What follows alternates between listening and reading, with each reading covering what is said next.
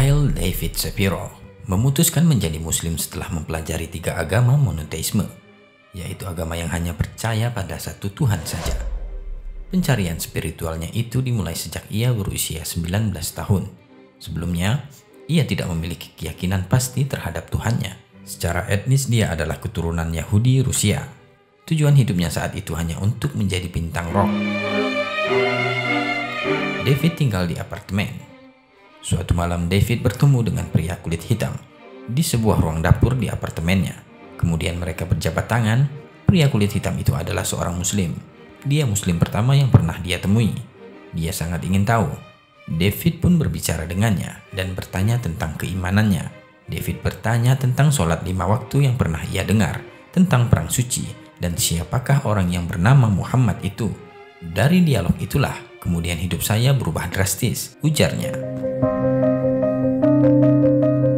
Ketertarikannya pun mulai bergeser dari suka berpesta, seks, dan narkoba menuju pencarian kebenaran. Sebuah pencarian yang harus dia selesaikan, yaitu mencari Tuhan dan mengikutinya. Dalam pencariannya itu, ia bertanya pada dirinya sendiri tentang berapa banyak Tuhan yang ada di luar sana. Oke, mari kita mulai dengan sederhana. Menurut saya ada berapa banyak Tuhan di luar sana? Saya pikir hanya satu. Mengetahui bahwa Tuhan yang terbagi lebih lemah dari Tuhan yang satu. Menganggap bahwa jika satu Tuhan tidak setuju dengan yang lain, mungkin ada argumen dan permusuhan. Maka dari itu satu Tuhan adalah pilihan saya, kata dia. David pun memutuskan untuk memulai pencariannya dengan menganalisis keberadaan Tuhan bagi kaum ateis maupun teis. Dalam pencariannya, ia teringat pada kutipan, setiap ciptaan memiliki penciptanya, dan dari kutipan tersebut ia yakin Tuhan itu pasti ada. Saya tidak bisa menjelaskan mengapa, saya hanya merasakannya dan entah bagaimana, katanya. Dia bertanya pada diri sendiri, dari mana saya memulai? Ada ribuan dari mereka, saya perlu cara untuk mempersempitnya menjadi beberapa saja. Bagaimana saya menyelesaikan tugas seperti itu? Temukan yang monoteistik terlintas di benak saya. Hei, itu masuk akal, karena saya hanya percaya pada satu Tuhan. Baiklah kalau begitu, berarti agama Buddha dan Hindu saya kesampingkan dulu, karena keduanya merupakan agama politeistik. Pertama, mulailah David masuk kepada ajaran Yahudi, karena secara etnis dia adalah seorang Yudaisme. Dalam ajarannya, Yahudi memiliki beberapa nabi, 10 perintah, Taurat, dan Ruh Yahudi. Ruh Yahudi adalah ajaran yang dipertanyakannya. Jika seorang terlahir sebagai Yahudi, maka mereka memiliki ruh Yahudi dan mereka harus mengikuti Yudaisme. Jadi Tuhan membuat ruh Yahudi dan ruh Kristen dan ruh Muslim dan ruh Hindu. Saya pikir semua orang diciptakan sama. Jadi ketika seorang dilahirkan ke dalam agama, yang berarti dengan ketetapan Tuhan dia harus tetap di dalamnya. Bahkan jika orang itu percaya itu salah. Saya tidak setuju dengan itu, ia mengungkapkan.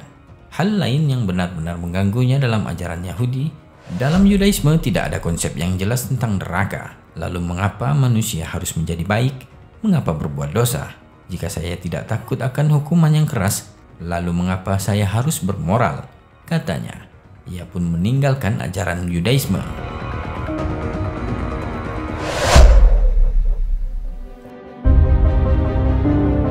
Kemudian ia beralih ke Kristen. Dasar dari agama monoteisme ini yaitu percaya Tuhan yang Maha Esa. Namun, dalam Kristen terdapat konsep Trinitas. Jika dijumlahkan ada 3 Tuhan, yaitu Tuhan Allah, Tuhan Anak, dan Roh Kudus. Logikanya tidak menerima ini, apapun penjelasannya, persamaannya, perbandingannya, dan analoginya, tidak bisa diterimanya. Satu Tuhan, seorang Bapa, seorang Putra, dan Roh Suci. Tolong jelaskan bagaimana semua hal itu bisa menjadi satu Tuhan. Bukankah 1 tambah 1 tambah 1 sama dengan 3? Benar kan? Jadi bagaimana Anda bisa mengatakan Anda percaya hanya pada satu Tuhan? Ujarnya lagi. Di Kristen, doktrin utamanya, Yesus mati untuk menebus dosa-dosa manusia dan ia melakukan itu karena manusia tercemar oleh dosa. Yesus Kristus, Anak Allah, harus dibunuh untuk menyelamatkan umat manusia dari neraka dan menyembuhkan manusia dari dosa. Jadi Kristen mengatakan bahwa kita semua lahir sebagai orang yang berdosa, mempunyai dosa bawaan. Sementara kalian tahu bahwa dosa adalah ketika orang melakukan sesuatu yang salah, kan? Lalu dia bilang bahwa bayi berusia 1 tahun berdosa dan melakukan sesuatu yang salah. Itu aneh. Jadi didasarkan pada tindakan satu orang, semua manusia harus menderita. Apa moral dari cerita itu? Menghukum seluruh kelompok jika seorang menyimpang? Mengapa Tuhan menciptakan aturan tersebut? Itu tidak sesuai dengan logika saya, tuturnya. Dan selanjutnya Islam. Islam berarti berserah diri. Keyakinan utama agama ini adalah satu Tuhan. Menyembah 5 kali sehari, memberikan 2,5% zakat per tahun, berpuasa pada bulan Ramadan, dan melakukan perjalanan ke Mekah untuk haji bagi yang mampu secara finansial. Ia beranggapan tidak ada yang sulit untuk memahaminya.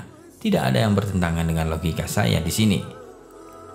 Al-Quran adalah sebuah buku dengan semua keajaiban yang menarik dan kebijaksanaan abadi. Banyak fakta-fakta ilmiah yang ditemukan baru-baru ini, tapi sudah tertulis 1400 tahun yang lalu dalam kitab ini. Baiklah, Islam telah melewati prasyarat agama awal yang saya cari. Kemudian muncul pertanyaan tentang apakah agama ini universal? Jawabannya ya. Siapapun dapat memahami keyakinan dasar ini dan tidak diperlukan analogi atau persamaan. Islam pun menjadi agama yang menarik untuk dipelajari lebih mendalam. David pun menemukan puluhan ayat dalam Al-Quran sesuai dengan ilmu pengetahuan modern dan teknologi. Saat saya menyaring fakta logis yang tak terhitung jumlahnya yang saya baca dan teliti, satu hal yang paling menarik perhatian saya adalah kata Islam. Nama agama ini, saya perhatikan itu ditulis berkali-kali dalam Al-Quran. Mengingat studi saya sebelumnya, saya tidak pernah melihat kata Yudaisme dalam kitabnya atau kata Kristen dalam kitabnya. Ini adalah sesuatu yang besar. Mengapa?